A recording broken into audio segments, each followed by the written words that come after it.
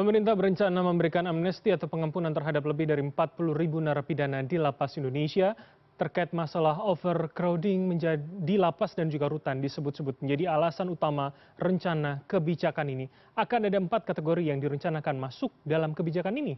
Lalu seberapa tepat sasarankah rencana ini akan dilakukan? Dan untuk menganalisanya sudah bergabung bersama kami Program Manager ICJR Iftitah Sari. Assalamualaikum, selamat sore Mbak Sari. Waalaikumsalam. Waalaikumsalam, selamat sore. Baik, terima kasih sudah bergabung bersama kami, Mbak Ita. Jadi langsung saja, ini sebetulnya secara big picture-nya, ini sebuah rencana yang baik, apalagi kemudian dengan lapas dan rutan yang cukup padat begitu, atau kemudian harus ada beberapa catatan yang dilakukan ketika kebijakan ini berjalan, Mbak? Ya, tentu secara umum ini merupakan langkah yang baik ya. ICJR kami mendukung upaya dari pemerintah untuk ada pengeluaran napit atau terpidana dalam konteks terpidana kasus-kasus narkotika yang mereka memang dalam pada dasarnya ya bukan menjadi target sebagai orang-orang yang perlu dipidana gitu. Jadi memang seharusnya mereka bukan tempatnya ditempatkan dalam lapas atau rutan di penjara gitu. Karena memang untuk pidana narkotika kita tahu intervensi kesehatan menjadi pendekatan yang paling utama untuk diberikan kepada para pengguna narkotika dan di beberapa kajian-kajian dari riset-riset yang ada praktek-praktek di luar itu juga tidak semua pengguna narkotika juga perlu direhabilitasi gitu. Jadi ini juga perlu menjadi catatan juga sih untuk pemerintah ke depan untuk dalam konteks revisi undang-undang narkotika juga ketika sekarang ada upaya-upaya untuk tidak mengkriminalisasikan pengguna narkotika tapi juga tidak sama dengan menempatkan mereka juga ke rehabilitasi gitu karena memang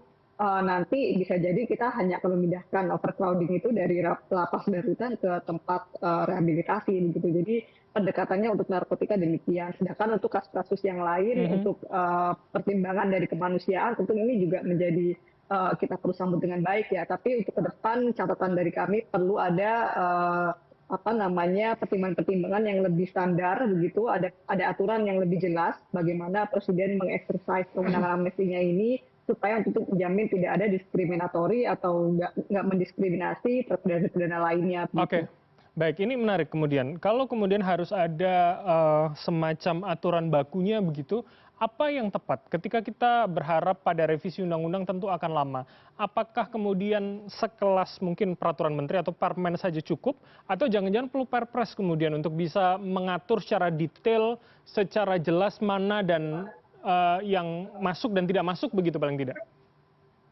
Iya, secara aturan mungkin secara permen begitu itu bisa jadi itu yang minimal gitu yang bisa dilakukan gitu yang paling cepat karena kan itu hanya di level kementerian ya menggunakannya. Kalau di level Kepres kan mungkin nanti ada komunikasi antar lembaga lagi yang itu juga memerlukan waktu yang juga lebih lama. Tapi intinya terlepas dari efisiensi mana yang bisa digunakan oleh pemerintah untuk mengatur atau menstandarisasi keputusan untuk amnesti, yang penting sebenarnya substansinya apa yang harus diatur dalam peraturan itu yang lebih utama gitu untuk memastikan tidak ada perlakuan yang diskriminatif terhadap terpidana tertentu gitu. Oke, bagaimana ICJR melihat itu? Adakah kemudian potensi bahwa memang ketika tidak diatur secara rigid, secara jelas, maka ada multitafsir dan makna ganda yang bisa diartikan di setiap lininya nanti untuk eksekusinya begitu, Mbak Ita? Iya, tentu itu nanti akan kembali kepada keputusan politik dari presiden ya. Kalau misalnya tidak ada standar baku untuk memberikan amnesti gitu, dan itu akan bergantung lagi dengan arah dari atau sikap dari kondisi politik presiden tertentu gitu. Yang ini pasti kan akan menjadi diskriminasi atau diskriminatori gitu antara satu presiden dengan presiden yang lain dan ini tentu bukan menjadi standar yang tepat untuk kita ajukan gitu. Kalau misalnya kemarin ada presiden tertentu yang mungkin nggak mau memberikan amnesti atau gerasi terhadap tindak pidana narkotika gitu. Kemudian nanti ke depan misalnya ada lagi presiden yang dia nggak mau ngasih amnesti atau gerasi terhadap kasus-kasus terpidana dengan tipikor gitu misalnya. Jadi ini kan standar-standar yang sangat punitif ya.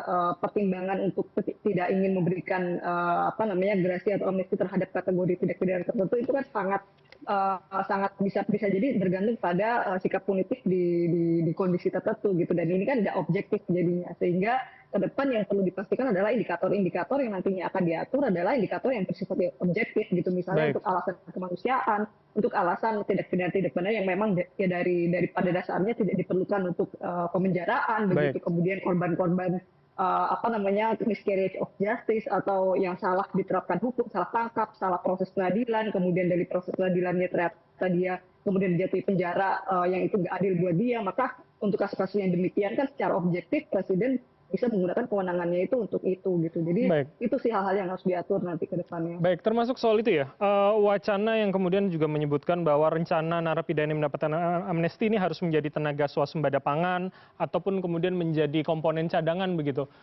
Walaupun ini masih wacana, bagaimana ICJR menganalisa terkait dengan narasi itu? Ya, kami lihat ini harusnya sangat perlu hati-hati ya, karena bisa jadi kalau kita nggak hati-hati mengarah ke tindakan-tindakan eksploitatif gitu. Kalau misalnya memang isunya adalah untuk sebagai bagian dari program pembinaan mereka, untuk upaya-upaya mereka bisa reintegrasi kembali ke tengah masyarakat, berfungsi lagi ke tengah masyarakat, maka hal itu perlu juga diimbangi dengan bagaimana hak-hak dia ketika dia menjalankan pekerjaan itu. Apakah dia mendapatkan pengupahan yang layak, apakah dia juga mendapatkan standar-standar ketenagakerjaan yang itu juga diberlakukan pada orang-orang yang bukan statusnya terpidana dan lain sebagainya. Jadi perlu ada aspek untuk memperhatikan itu ya, supaya tindakan ini juga nggak jadi upaya-upaya yang eksploitatif gitu.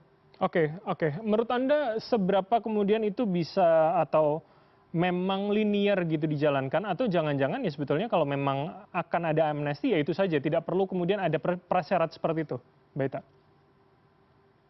Iya, itu tadi ya, itu juga termasuk dalam standar bagaimana bisa memberikan amnesti ya, apakah itu harus dengan kondisi-kondisi tertentu atau enggak. Kan ini sekarang nggak ada aturannya gitu, dan kalau misalnya ada skenario-skenario atau persyaratan-persyaratan khusus yang nanti ke depan kita juga nggak bisa memprediksikan, itu kan jadinya nggak pasti juga gitu. Sehingga balik lagi ke aturannya, kita harus punya nih mekanisme yang bisa menjamin si transparansi dan akuntabilitas dalam proses amnesti itu. Bagaimana standarnya yang pas untuk tadi misalnya kalau untuk pekerjaan dan segala macam itu mungkin bisa jadi pertimbangan untuk proses pembinaan, tapi di sisi lain juga nanti misalnya ada kondisi-kondisi lain apa aja yang bisa kita pertimbangkan dan kita possibility-nya gitu ke depan, yang prediknya akan bisa kita hitung gitu, dan kita Mhm. lihat apakah ini juga cocok dan ini ideal dan ini tidak melanggar ketentuan-ketentuan hak asasi manusia misalnya. Nah itu kan harus diatur dulu nih Baik. apa saja persyaratan dan kondisinya gitu. Oke, artinya masih panjang begitu ya, apa yang kemudian harus menjadi analisa yang cukup matang harusnya. Oke, bicara soal pengampunan, yang menarik pula adalah soal, napi koruptor tidak akan mendapatkan. Tapi di sisi lain kita juga tahu bersama statement dari Presiden Prabowo mengatakan, bisa atau ingin memberikan pengampunan pada koruptor jika mengembalikan, dana yang diambil atau dana yang dicuri begitu, tidak salah bahasanya. Bagaimana ICJR melihat, wacana itu pula, Mbak Ita?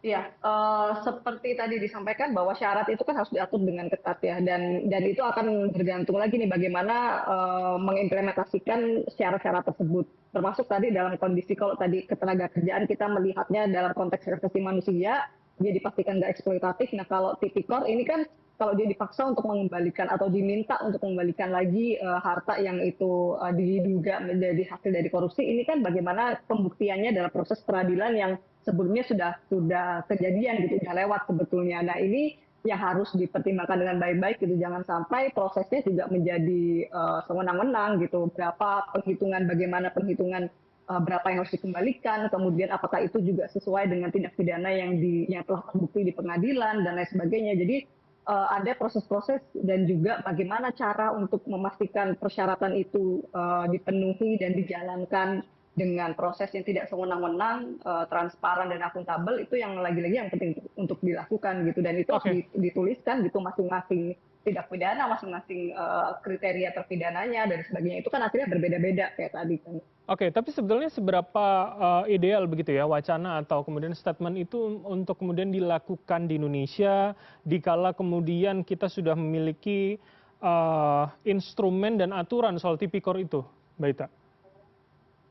Ya, memang pasti kalau kita merujuk pada tindak pidana tipikor ya, yang itu kan masalahnya utamanya kan di hukum acara pidana kita masih belum semaksimal mungkin punya aturan yang bisa memastikan bahwa pengembalian aset itu bisa semaksimal mungkin diberikan dan nilainya juga terjaga dengan semaksimal mungkin. Di hukum acara pidana kita di KUHP nggak ada rambu-rambu yang mengatur bahwa prinsipnya penyitaan, prinsipnya perampasan aset adalah untuk memastikan value-nya itu terjaga secara optimal dan lain sebagainya. Begitu juga dengan pengelolaannya. Dan ini memang dalam konteks ini yang menjadi prioritas harusnya adalah perubahan kebijakan di level hukum acara pidana, di level KUHP yang sekarang juga bulan depan rencananya akan mulai diprioritaskan oleh pemerintah gitu. Jadi yang menjadi prioritas harusnya lebih ke sana sih ya, supaya tidak terlalu supaya lebih sistematis dan supaya lebih kita punya plan yang lebih dan juga rencana yang lebih terukur, maka perubahan kebijakan dalam konteks ini di KUHP lebih diprioritaskan gitu. Oke, berarti artinya pun akan ada perampasan aset atau pengembalian uang yang diambil, artinya hukuman itu tidak berlangsung surut begitu ya? Akan tetap berjalan begitu ya?